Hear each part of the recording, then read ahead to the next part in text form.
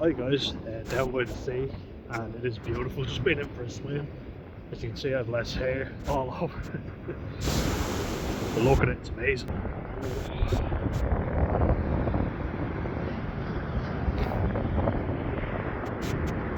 And I love making videos down here. It's my favourite places to make videos, so I never waste a chance.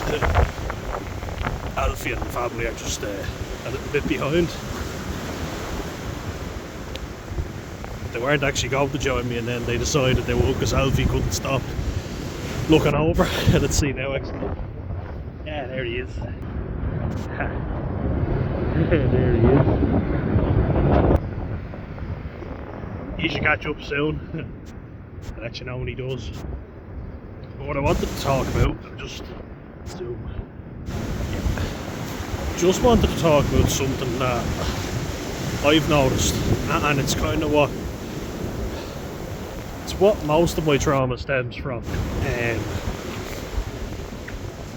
it's only now that I'm confident that I think of all the past behaviours that I no longer tolerate. You know, I'm gonna take this yoke down so you can see my big bald head. Helps me just streamline through the water. He's not far now. Have my staff as well. This is the stick we throw from in the sea. Keeps him in and out. So he loves it. But the subject that I'm talking about is when you look back and you think, why the hell did I tolerate that behaviour? That's a sign of growth. It's a painful one. And Robin Woodbury, my mate, we were talking a lot, and you have really good input in this channel, and it seems like we've some similar experiences. And this is something I definitely love your comment on. Is there a particular behaviour you tolerate before that there's not a hope in hell of you tolerating now? And if so, what is it? You know,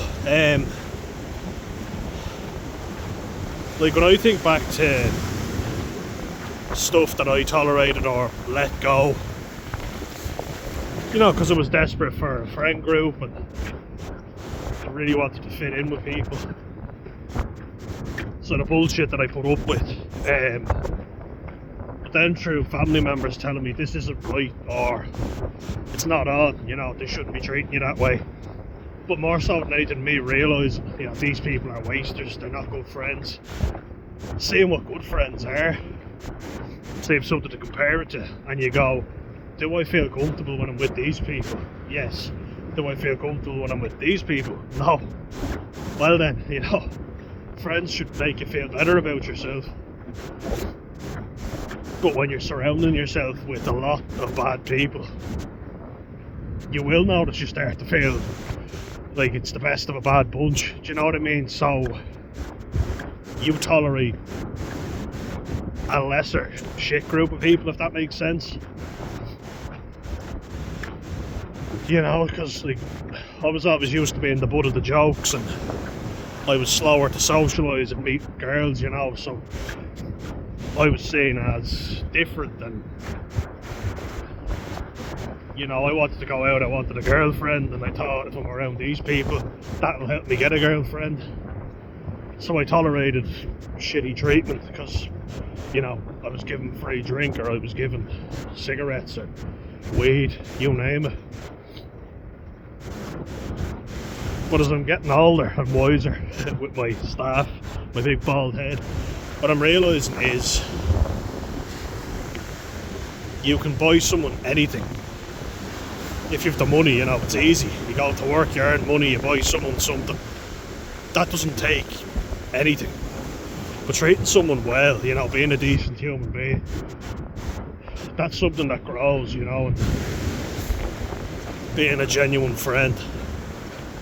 That comes from being there for people.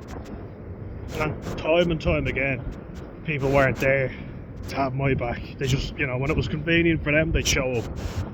And now I think, I'm not fucking tolerating that. when I put my foot down, you see these people kind of going, oh, this isn't how he normally reacts. What's going on here? And you're kind of like, well, fuck you, you know. I've got a better friend group now, and I mean better as in people who actually treat me right. Don't mean they're cool or they're better as in they're more popular.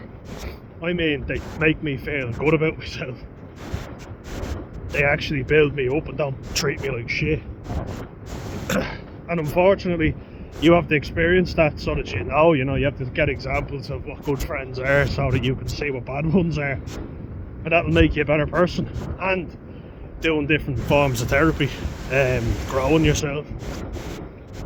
I actually think my recent terrible moods have been down to me growing, you know, actually letting go of past traumas, because it is that painful. And looking back and thinking, why did I allow myself to be treated that way? Why did it take me so long? It took me so long because I was very vulnerable, I was very low, and I was being mistreated by everyone, you know, family members included. And until you grow and you build that character, I'm just going to check my battery, you're not going to realise what good friends are, you know. So you really have to just see for yourself, realise, I'm not going to accept this treatment anymore. I want better, and it's going to be painful. But that's growth. Looking back at previous behaviour that you tolerated and going, I would never tolerate that in a million years now. Fair play to you, that's you growing. That's you being a better human being, and I commend you for that, you know. And it's traumatic, because you're like, fuck, I should have said this, I would have done that. That's what trauma is. I mean, in a